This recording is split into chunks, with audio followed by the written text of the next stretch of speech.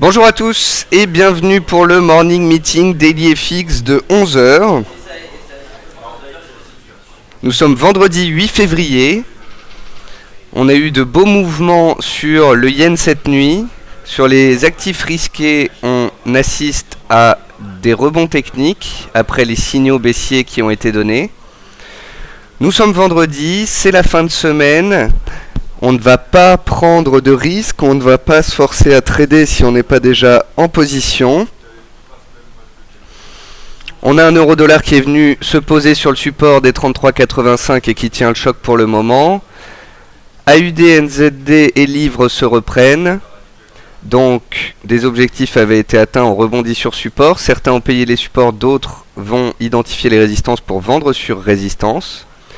Sur les paires en yens, on va en discuter. On a eu un pré-signal baissier sur l'USD yen, mais il reste à confirmer. J'ai des analyses à vous donner à ce sujet-là. Sur les matières premières, ça bouge pas énormément. Le gaz revient sur mon support, je vais vous le montrer. Et puis les indices, toujours faiblards, continuent de baisser gentiment dans leur tendance baissière de court terme, notamment sur les indices européens. Alors bonjour Jean-Pierre, bonjour Mario, Nidal, Canadien, Phil, Aïda, tout le monde. Alors Aïda me dit bonjour Nicolas, achat sur repli, point d'interrogation. Je pense que si on voulait acheter, c'était cette nuit ou hier soir, c'était pas compliqué. Quand on voit l'euro-dollar qui revient à 33,85 par 3 fois et qui tient le choc, on pouvait payer. Là on a repris 40 points, donc maintenant il est un peu tard pour payer. Non, je pense plutôt qu'on est en train de faire un rebond technique à l'heure actuelle. Et que je vais shorter ce rebond technique pour viser plus bas. Donc on va regarder ensemble les graphiques que je vous montre cela. Bonjour Ludo qui est de retour, bonjour Abax. Abax sur le gaz, faudra que tu me dises si tu es toujours long. Moi je vais passer acheteur là tout de suite en fait. Donc on va regarder aussi ça tout de suite en live. Et puis pour ceux qui suivent toutes mes positions sur Twitter, bah écoutez, vous savez que avant mes vacances et à mon retour de vacances, j'ai shorté l'euro-yen à plusieurs reprises. J'ai dû prendre une vingtaine de stops à zéro, j'ai dû prendre peut-être 7 ou 8 stops à 20 points en perte. Et puis ce dernier m'a rendu 300 pips entre hier après-midi et ce matin. Donc je vous montrerai un peu le trade que j'ai fait, comment je l'ai pensé et puis comment je l'ai exécuté. Alors, petit avertissement sur le marché d'échange. Vous devez être conscient des risques associés au marché d'échange et aux produits CFD. Les opinions et informations de marché que l'on voit ici ne constituent en aucun cas un conseil d'investissement. Alors la première chose, comme d'hab, c'est que je vous emmène sur le site pour vous apprendre à trouver l'info. Donc vous allez sur le site dans Actualité de marché, dans la rubrique vidéo de marché, vous vous retrouvez sur le lien que je vous montre actuellement et vous voyez la liste des dernières vidéos qu'on a postées. Je vous conseille vivement d'aller lire Trader une statistique, enfin pas de lire mais d'écouter cette vidéo de 20 minutes de Nadia sur comment trader une statistique. Et je vous conseille vivement de lire, d'écouter encore une fois mon webinaire fait jeudi sur l'effet de levier, le contrôle de la perte maximum et la pyramidalisation. Et puis pour l'exemple, c'est pas compliqué, c'est l'euro-yen et c'est ce que je vais vous montrer tout de suite. Concernant ces fameuses paires en yens, vous avez deux analyses. Vous avez Adrian qui a fait une analyse ce matin pour vous expliquer qu'on était allé très haut très vite, qu'on était en haut d'un canal haussier et qu'on était peut-être en train de donner un signal en cassant les 93,30. Donc on pouvait vendre la cassure des 93,30. On est descendu jusqu'à 92,20. 92,20 a été identifié comme un support. On aura donc pu prendre des bénéfices sur les 92,20. C'était assez rapide et c'était un beau trade. Notre équipe pense que l'USD yen pourrait avoir fait un point haut à 94 et pourrait ou stabiliser à plat dans les séances à venir ou bien aller en direction des 91 voire des 90. À ce sujet, donc Kali m'avait mis la puce à l'oreille, on était complètement d'accord. Kali qui m'a envoyé cette analyse hier soir pour me dire voilà, 93-80, choisissez votre camp, c'est un beau seuil. soit on tient cette zone-là et on peut pousser plus haut, mais sous cette zone-là des 93, 80, 94, il y a un risque de consolidation, et le risque de consolidation s'est matérialisé. Donc on va voir ensemble les graphiques pour voir si on pourrait tenter d'attraper cette paire soit sur rebond, soit sur cassure baissière. Et puis vous avez le support et résistance du 7 février si vous voulez vous servir de ce fichier. Le pétrole, on vous a dit d'être prudent hier, et puis l'agenda du vendredi, vous pouvez le relire. Donc vous y lirez qu'aujourd'hui, il y avait des statistiques chinoises cette nuit, statistiques qui sont ressorties en ligne pour le CPI et supérieures aux attentes pour les exportations, ce qui montre la reprise chinoise. C'est ça qui fait en partie que AUD et NZD sont repartis aussi vite cette nuit, puisqu'ils sont très corrélés à l'économie chinoise. Sinon, quant à l'euro, je vous l'ai dit, je pense que c'est du rebond technique pour l'instant. Je vais vous montrer sur quel support et résistance intervenir. Alors oui, j'ai un peu la gorge enrouée, excusez-moi, j'ai pas beaucoup dormi. Faut dire que l'euro-yen m'en a fait baver jusque 2-3 heures du matin. Donc là, c'est un peu difficile ce matin. Alors, premier graphique. Premier graphique, c'est le dollar index FXCM. Le dollar index FXCM, ça fait 2 mois que je vous dis que je m'en sers plus, car il nous montre pas. Avant, quand le dollar index baissait, ça veut dire que l'euro, l'AUD, la livre montaient tous en cœur, et il suffisait de jouer la baisse du dollar index ou de jouer la hausse des paires d'actifs risqués. Ces derniers temps, vous avez vu l'euro monter de 1,30 à 1,37, et pourtant le dollar index continuait de monter. Pourquoi le dollar index des FXM montait autant? C'est parce que dans son calcul, il prenait en compte l'USD yen. Or, hier et avant-hier, j'ai posté sur le forum, et je vous en ai parlé dans le morning, la zone des 10 250, 10 300, ce sont les plus hauts datant de juin dernier, juin 2012. C'est donc une résistance majeure de moyen terme, et quand on est arrivé sur cette résistance, je me suis dit, tiens donc, peut-être que pour une fois, l'USD index pourrait nous resservir, puisque si il est monté autant grâce à l'USD yen, si il doit baisser, peut-être que ça fera baisser l'USD yen. Donc entre mon avis qui était vendeur depuis quelques séances déjà sur la paire, entre Kali, mon équipe qui le valide, le dollar index qui valide, voilà, vous comprenez pourquoi j'ai été aussi incisif à ce sujet-là. Concernant l'euro-dollar, il y a 2 possibilités. Soit on fait la version gentille, c'est-à-dire qu'on est venu se poser non loin de la zone des 33,50, on s'est arrêté à 34. 33,50, c'est les plus hauts de mars 2012. On est dans une tendance haussière hebdomadaire. Peut-être qu'on vient de faire un retour violent sur ce support pour mieux se stabiliser. Mais attention, je pense qu'on pourrait peut-être, si on casse la zone 33,50-34, aller en direction de la MM20 hebdo à 31,50. Ça me semble aussi un gros support. Donc peut-être que pour ceux qui voudraient payer de l'euro en swing ou à moyen terme, attendre cet éventuel repli vers les 31,50 me paraîtrait plus judicieux. Donc quand je regarde cette bougie hebdomadaire qui est un avalement baissier de la bougie précédente, je me dis que si on stabilise, on peut remonter semaine prochaine en direction des 35, 35, 40, pourquoi pas. Mais je me dis que je vais vendre les rebonds pour viser soit un retour sur les 33,50, soit même une cassure vers les 32,50, voire 31,50. L'euro-dollar en journalier, le voici. Donc on va un peu épurer le graphique. Je dis ça, mais en fait je peux pas retirer grand chose. C'est juste ces obliques là que je vais retirer parce que c'est bon, on était sorti du canal haussier de moyen terme, ça c'est fait. Donc on a une dynamique haussière. On a un support à 33,80 touché hier qui a répondu. On est remonté ce matin en direction des mêmes 20 jours à 1,3430 qui fait maintenant résistance. Première résistance 34,30, deuxième résistance 34,60, troisième résistance la zone des 35,35,10. Donc en fait les supports que l'on a cassés sont tout simplement revenus résistance. Si grâce aux chiffres chinois de cette nuit on s'est stabilisé, et si la version au risque ne fait pas son retour, on pourrait stabiliser ainsi et puis remonter potentiellement, comme je vous le disais, en début de semaine prochaine vers 34,60 et 35, puisque la tendance de fond reste haussière et que même si on veut vendre, il faut le faire sur rebond.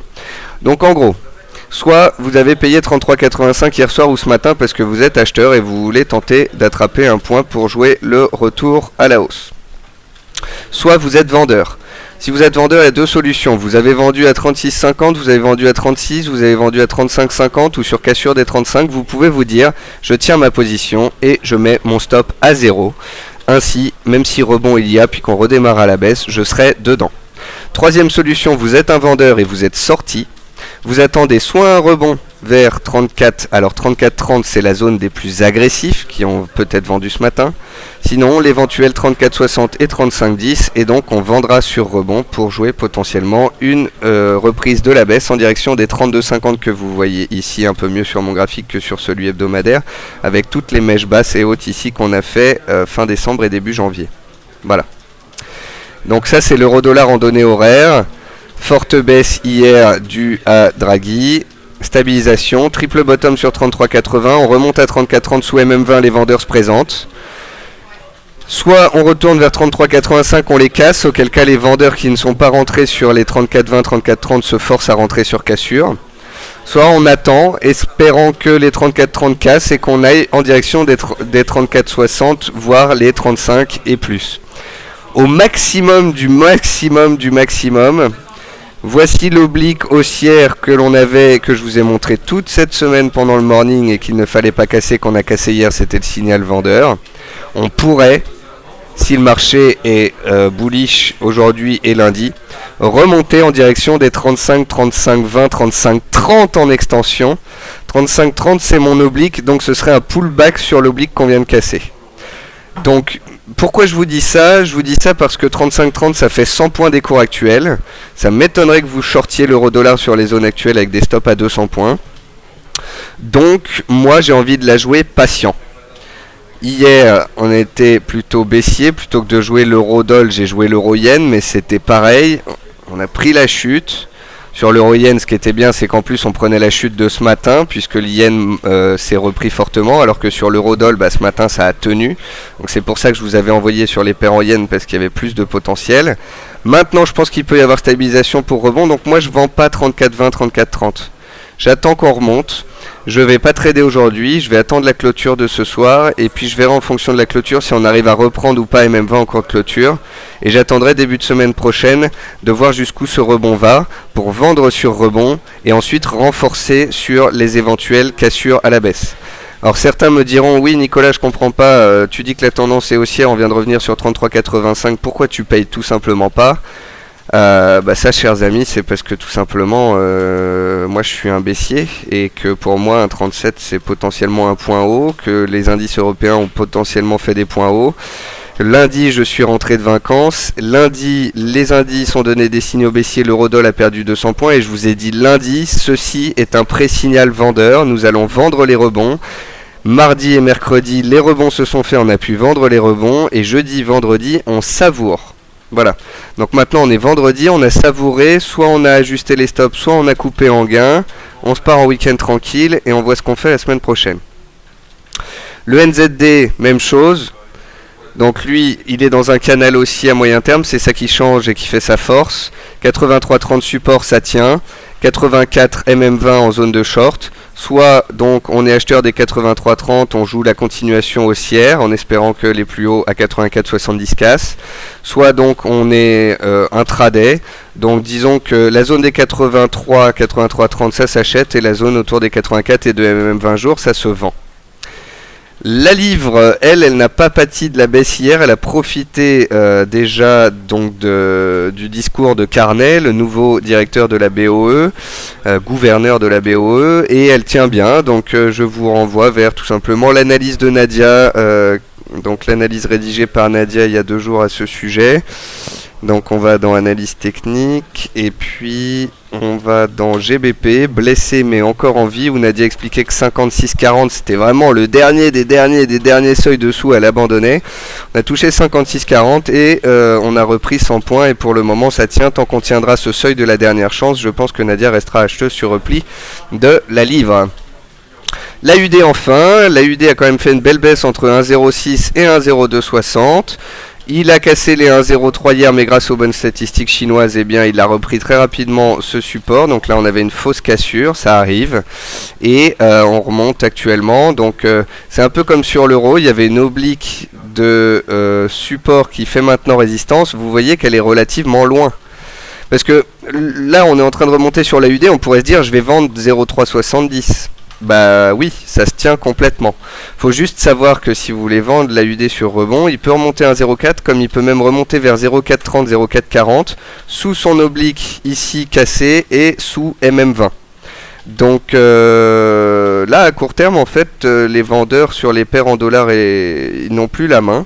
Donc c'est pour ça que je vous montre ces quatre paires là.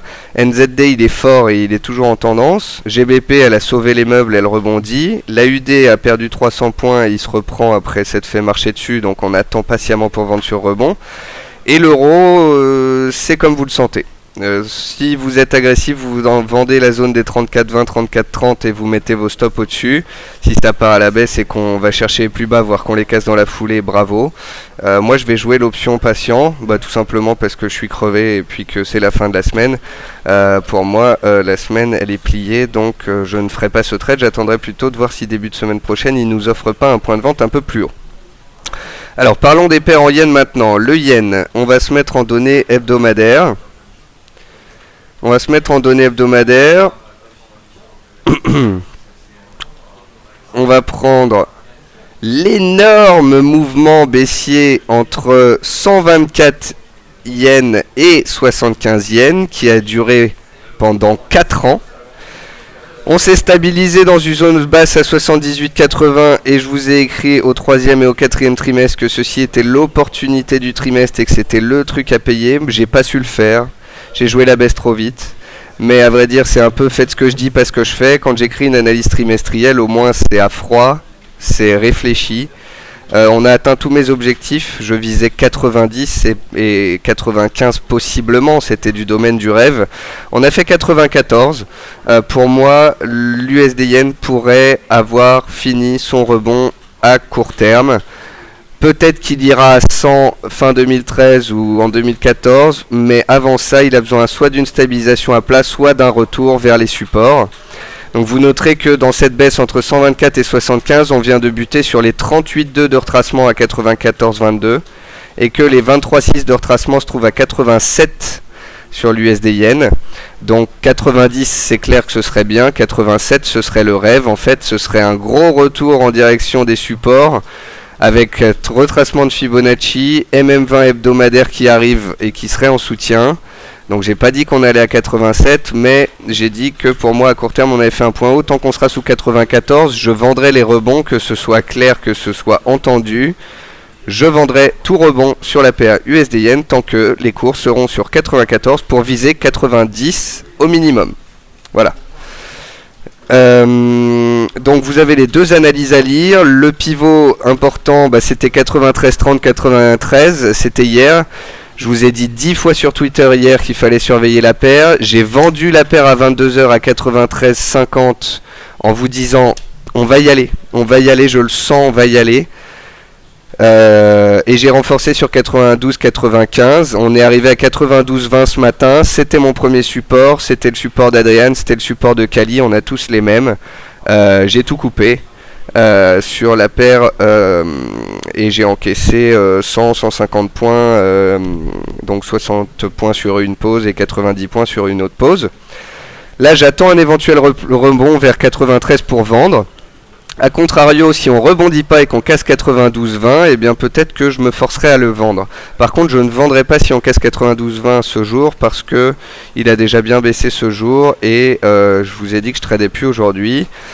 Pourquoi l'USD Yen baisse? Parce que techniquement il est arrivé trop haut, parce que l'USD Yen, je vous ai parlé aussi du SSI qui était passé acheteur, et puis en plus le gouverneur AB a fait la faute grave cette nuit de dire que le Yen était, avait baissé plus rapidement que ce qu'il escomptait. En gros il était content quoi. Donc ça veut un peu dire mission réussie, ça y est on l'a fait remonter et puis maintenant débrouillez-vous. Donc c'est pour ça qu'il peut y avoir des perspectives baissières désormais sur cette paire. Concernant la livre yen, je vous ai fait une analyse hier sur le forum pour vous dire que 147,30 pour moi c'était un fausse cassure, que si la clôture se faisait sous ce seuil ce serait un faux signal, et on a échoué, on est revenu sous résistance et puis on a cassé à la baisse et on est venu sur le support des 144,80.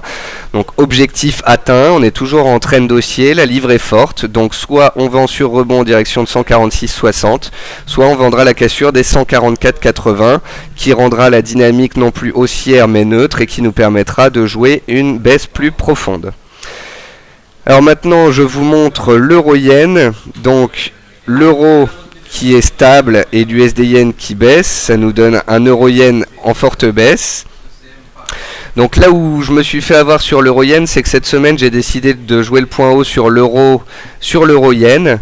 Or vous remarquerez que lundi, quand on était à 1,37 sur l'euro-dollar, l'euro-yen était à 126,80 puis il a baissé. Donc mardi, quand l'euro-yen est remonté à 126,80 et que l'euro-dollar était à 1,36, je me suis dit je vais le vendre. Sauf que l'USD-yen était tellement fort que l'USD-yen m'a catapulté l'euro-yen jusqu'à 127,70. Autant vous dire que je me suis pris 2 ou 3 stops. J'aurais vendu l'euro-dollar à 1,36, j'étais peinard. J'ai choisi l'euro-yen qui était plus compliqué, plus volatile. Je me suis fait stopper à plusieurs reprises. Mais le jeu en valait la chandelle pour la suite, puisque j'ai réussi à le reprendre. Donc je vous ai expliqué que l'euro-dollar ça tenait, ça stabilisait, que je l'escomptais le vendre plus haut, que l'USD-yen avait atteint un objectif. Pour moi l'euro-yen c'était 123,80, 124 en objectif. Dessous il y a bien évidemment la MM20 à 122,50. Oui, je pense viser plus bas, je vise en direction des 120, mais j'aimerais bien le vendre sur rebond. Donc on va se mettre en données 2 heures. Donc en données 2 heures vous voyez bien le support ici à 123,80. Donc en fait hier avant que Draghi parle j'ai vendu la paire à 127,42. Donc là autant vous dire que j'avais le point d'entrée de rêve. Puis on a accéléré à la baisse et on a cassé le seuil des 126, donc j'ai renforcé la position. Puis on a accéléré à la baisse et j'ai encore renforcé la position. Dans la remontée de cette nuit, je me suis fait peur, j'ai coupé, j'ai repris, tout ça, j'ai dû ajuster et repenser ma position. J'ai donc gardé ma position vendeuse ici. Et pendant que je dormais tranquillement, j'ai mis des renforts à la vente sous... Alors je vais me mettre en unité de temps plus courte que vous puissiez voir mieux. Donc en gros, voilà la zone que j'ai shortée hier sous les 125,60.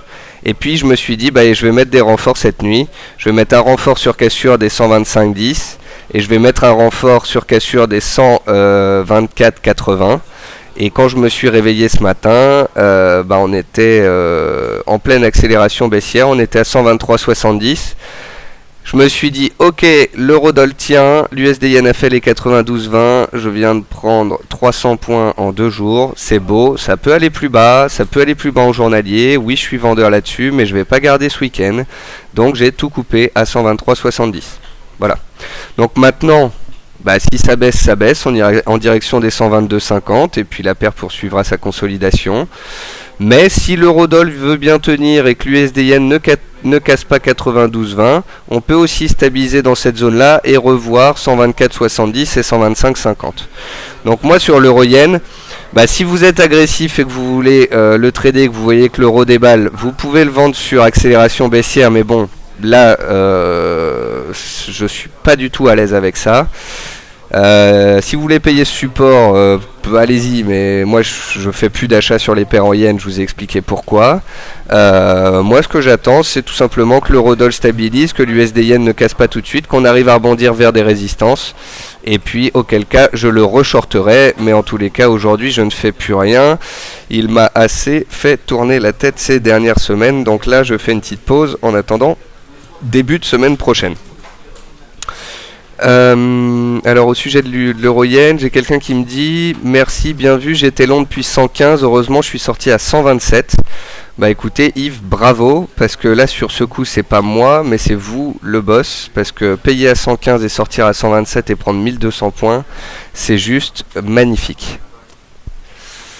Renfort en fanfare, Philippe nous dit timing parfait, Nadia Boule la semaine dernière et toi Beer maintenant, équipe de choc. C'est gentil Philippe. Donc Philippe, oui, la news que vous avez donnée sur le ministre japonais des Finances Aso, oui, donc c'est pas Abe, c'est Aso qui l'a dit, déclare que l'affaiblissement du yen a été trop rapide. Voilà. Maintenant, USD CAD, je vous ai dit cette semaine, tous les jours, que on viendrait sur 99,50 et qu'on ferait la mèche à 99,30. On a fait 99,34, on est à 99,85, on prend 50 points. Étant donné que le pétrole tient, on est vendredi, si vous voulez prendre vos 50 points, allez-y. Le pétrole, il est stable. Nadia vous a sûrement déjà fait un point en intraday daily sur le forum. Vous avez une analyse qui a été rédigée par Karen hier sur le site. Donc entre ces deux analyses-là, vous devriez vous en sortir.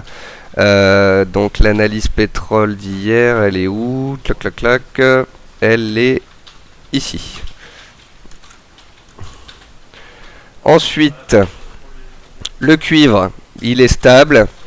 Je suis partagé entre un 3 drive pattern, donc une montée en 3 temps, 1, 2, 3, et puis derrière on se casse la figure, ou bien une tenue des 3715 et un retour vers la résistance des 3820. Deux solutions, on remonte et on va vers 3820, je short. Deuxième solution, je me force à vendre sur la cassure des 3715. Le gaz naturel, bon, concrètement, je peux me planter, mais je pense que le support actuel est à surveiller. On a une oblique qui passe ici. Alors après, est-ce qu'il faut prendre un extrême? Je sais pas, je suis mitigé. Mais je pense que la zone des 3,22, 3,25, 30, c'est pas mal du tout. Tant qu'on est au-dessus de cette zone-là, je pense que ça peut remonter. Donc je vous invite très sérieusement à regarder le gaz tant qu'il sera dans cette zone-là. Par contre, s'il venait à casser cette zone-là, c'est clair qu'il peut aller plus bas en direction des 3,08. L'or, il n'y a rien à dire, rien à faire. C'est EMA 164 à vendre, MM 480 à acheter, ou bien attendre la cassure d'une de ces deux bornes pour jouer la suite. L'argent, c'est exactement la même chose, il n'y a rien à faire dessus. Le Bund, je vous ai posté ce graphique là vous disant que si on attaquait l'oblique aujourd'hui et qu'on la cassait franchement, ça pourrait accélérer sur le Bund, ça pourrait baisser sur les indices. Or, je trouve que le Bund, bon bah il monte, il teste sa résistance, mais je sais pas s'il va exploser à la hausse, j'en ai pas l'impression. En tous les cas, il n'y a pas de catalyseur, pas de statistique pour se faire ce jour. Donc je pense plutôt qu'on va stabiliser à plat et puis que ça va permettre aux indices de tenir potentiellement les supports. Donc je suis pas acheteur d'indices, hein, que ce soit clair. Le DAX il est neutre, il est sur support. Le CAC il a cassé les supports. Il est baissier en journalier, mais il est toujours haussier à moyen terme. Donc voilà, moi le CAC, je l'attends ici, vers 3550, 3580. Ce sera une zone dans laquelle il faut se passer quelque chose pour tenter de remonter vers 3700 et de tenir à moyen terme, parce que si on casse la zone 3500, 3550, 3580, on peut vite aller se faire peur et revenir en direction des 3500 voire des 3400 points. Donc tout dépendra de ce que les US choisissent. Concernant les US justement, voilà le Dow Jones, quintuple échec à 14 000, triple ou quadruple test positif des 13 860. Je crois que vous m'avez compris. Soit on vend la cassure des 13 860, soit on achète la cassure des 14 010, soit on joue le range, achat en bas, vente en haut, achat en bas, vente en haut, jusqu'à ce que ça sorte. Euro DKK, vendeur à moyen terme. AUDNZD, je la suis plus, je la ferme. USD HKD, aussi à long terme. Et Euro CHF, vendeur sous 1,2370, comme indiqué sur le forum. Avez-vous des questions avant que l'on termine ce morning meeting? Alors j'ai Michael qui m'a dit, donc c'est pour l'euro yen je suppose, pareil j'ai tout coupé ce matin sans regret, si ça continue de baisser c'est pas grave, donc faut garder les pieds sur terre, bah, c'est bien joué Michael, c'est très bien. Visiteur me dit si on achète maintenant euro yen, faut mettre où son SL. Donc le stop il doit être sous les plus bas du jour, donc sous les 123,50. Et l'objectif c'est 124,60 dans un premier temps. Et puis si on casse 124,80 c'est 125,40, 125,60. Encore une fois, moi je suis pas acheteur d'euros et je suis vendeur de yens en swing. Donc l'euro yen bien évidemment que vous ne me verrez pas l'acheter. J'ai failli en fait vous dire de le vendre à 124,80 quand il est remonté tout à l'heure, mais je me suis dit que c'était bon. On a pris une baisse hier, on a repris une baisse cette nuit. Je vous ai indiqué sur Twitter ce matin à 9 h qu'on coupait sur support, on est content. Faut pas non plus trop forcer la machine, sinon elle s'enraye. Francky me dit où avais-tu tes stops dans tes ordres euro, yen conditionnels cette nuit? En fait, à chaque fois, il y avait un stop à 30 points qui était associé à la vente.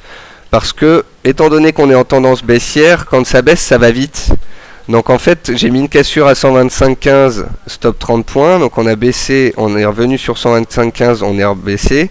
Puis j'ai mis une vente sous 124,80. 124,80, on les a transpercés, on a accéléré. Donc vous voyez, je pense qu'aucune de ces deux positions n'est passée dans le rouge en fait. En fait, quand vous voyez une impulsion baissière de la sorte, soit on tient et puis ça relance à la hausse, soit on bloque sur un retracement de la baisse et puis ensuite ça redémarre avec une force aussi pas aussi forte que l'impulsion de base, mais pratiquement.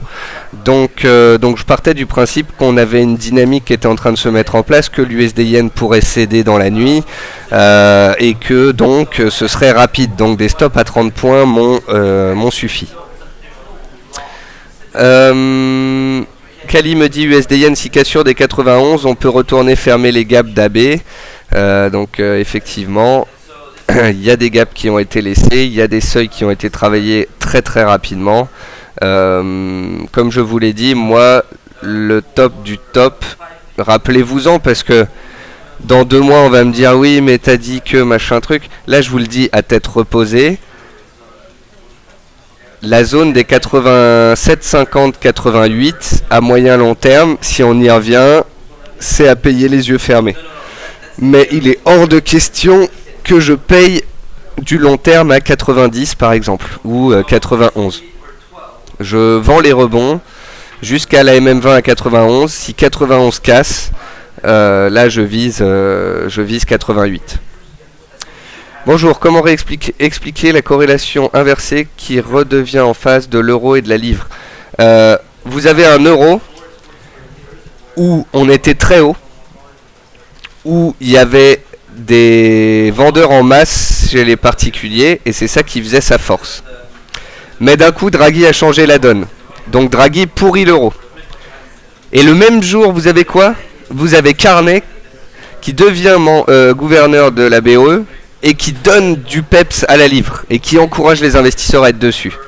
Donc vous avez un gouverneur de banque centrale qui tue sa monnaie et l'autre qui pousse sa monnaie. Bon, la résultante, elle en est simple. Les mecs vendent de l'euro et payent de la livre. J'ai quelqu'un qui me dit, s'il te plaît, éclaire-moi sur l'euro AUD. Bon, il y a rien à faire sur ce truc-là. Ça fait une semaine que tout le monde me demande ce qu'il faut faire là-dessus. Y a plus... Il vient de faire un 21, un 31, laissons-le revenir tranquillement vers un 27 pour payer tranquillement, mais là c'est... Vous voyez, quand je vois ça, forte hausse, baisse, rebaisse, machin, certes il y a une dynamique haussière, on peut tracer une petite oblique, tout ça, mais je serais pas du tout à l'aise sur ce machin-là, donc s'il perd 300-400 points, je le paye, en attendant, je fais rien dessus. Quelle préconisation sur le CHF? On fait rien sur l'euro CHF. On fait rien sur l'euro CHF. J'avais une stratégie depuis 1 an qui était achat des 1,2010, sortie 1,2450. Ça a été fait. Maintenant, la paire ne vaut plus grand chose. Elle va stabiliser, elle va végéter. Donc, il n'y a plus rien à faire sur ce truc. On l'a purgé. Donc voilà. On a l'USD Yen qui est revenu sur ses plus bas qui les tient. Donc, on a l'euro Yen qui réagit. Donc, c'est très bien. Donc ceux à la limite qui voulaient payer, ils ont pu payer le support. Ceux qui sont vendeurs tout en haut, ils tiennent. Les autres, ils ont coupé comme moi ce matin avec des gains. Et puis on va laisser remonter toute la sauce, histoire de shorter tranquillement la semaine prochaine. Bonjour Nicolas, y a-t-il des catalyseurs pour pousser AUD NZD vers la hausse? C'est la Chine qui a poussé à la hausse cette nuit. Si les indices tiennent, AUD NZD sont très corrélés avec les indices et avec la notion d'appétit aversion au risque. Donc tant que les indices US tiendront, ces paires-là pourront rebondir. Le jour où les US lâcheront, là l'AUD et le NZD seront à vendre les yeux fermés. Sachant que j'ai une préférence pour l'AUD qui sous-performe et qui a des fondamentaux qui se dégradent avec des perspectives de baisse de taux en 2013. Donc l'AUD les plus hargneux, c'est 0,330 à surveiller, parce que si on bute là et que ça redescend, ce sera peut-être un point haut dans la tendance baissière. Sinon, comme je vous l'ai dit, 0,370, 0,4 et en extrême 1,0440. Donc ne vous soyez pas étonnés si je short 0,370 que je suis stoppé et que je le reprends à 0,420 ou 0,440. Ça fait partie du jeu. On sait qu'il y a un rebond qui se met en place, qu'il y a 1, 2, voire 3 résistances qu'on peut aller chercher avant d'invalider le scénario. C'est pour ça que je shorterai peut-être à plusieurs reprises. Bon voilà, c'est joli. L'eurodoll se reprend, l'euro-yen rebondit. Donc voilà, ce sera une fin de semaine. Je laisse la main à Nadia, qui est acheteuse de livres et puis toujours acheteuse des indices US, et elle a bien raison puisque les US montent. Donc voilà, moi j'ai pris mes gains sur les shorts, j'ai l'esprit tranquille, je pars en week-end. Début de semaine prochaine, on laisse le Schmilblick remonter et on s'occupera des acheteurs en début de semaine. Trad85 me dit euro-yen en daily, on est sur le bas d'un canal, possibilité de rebond. Oui, c'est ce que j'ai expliqué tout à l'heure sur les 123,80. C'est pour ça que j'ai coupé à 123,70. Bonjour Nicolas, EMA 164 et 480 sur Gold et pas les EMA, MMA habituels. Alors c'est une MMA, donc une moyenne mobile normale, enfin c'est MVA même. Donc MVA sur la 480. Par contre la EMA 164. Donc ça c'est une moyenne mobile exponentielle. Pourquoi on prend celle-là? Tout simplement parce qu'elle colle mieux au cours. Hello Nicolas, sur le forum, le suivi des posts des amis ne fonctionne plus, est-il possible d'y regarder? Alors en fait Didier, vous avez souscrit à un envoi automatique d'email. Enfin faites-moi un petit email à ce sujet avec votre problème que je comprenne un peu mieux, je m'en occuperai. Bonjour Nicolas, NZD toujours en route pour les 0,8250, scénario d'Adrian. On a fait 0,83 et le bas de canal était à 0,8270. Je pense qu'on peut revenir vers 0,8270 puisque de toute façon à terme je pense que tout peut baisser. Donc le NZD, comme je vous l'ai expliqué, reste quand même la paire la plus forte du Forex. C'est quand même la moins évidente à vendre. Donc on va l'attendre à 0,84 voire un peu plus et on le vendra le plus haut possible. Sébastien me dit le problème c'est que sur iPhone on peut pas voir les lives.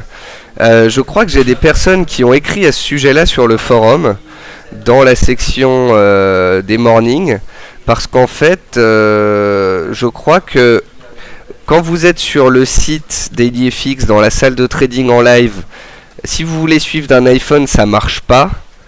Par contre, je crois que ça fonctionne si vous allez sur Livestream. Alors Livestream, en fait, c'est la chaîne vidéo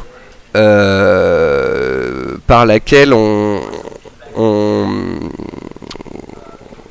gère nos lives, en fait. Et donc, il y a des personnes qui, au lieu d'aller sur le site, quand ils sont sur leur iPhone, ils vont le voir directement sur Livestream. Voilà, donc il y a quelqu'un qui l'explique sur le forum. Vous voyez, je vous donne la file que vous alliez voir. Donc il y a quelqu'un qui dit par contre tu peux installer l'application Livestream, elle est réservée pour iPhone et ça marche sur iPad. Et tu fais la recherche de la chaîne DailyFX France et voilà. Donc encore un grand merci aux membres et dans ce cas présent Nidal Trader. Comme quoi, donc on peut voir les morning meetings en live sur son iPhone.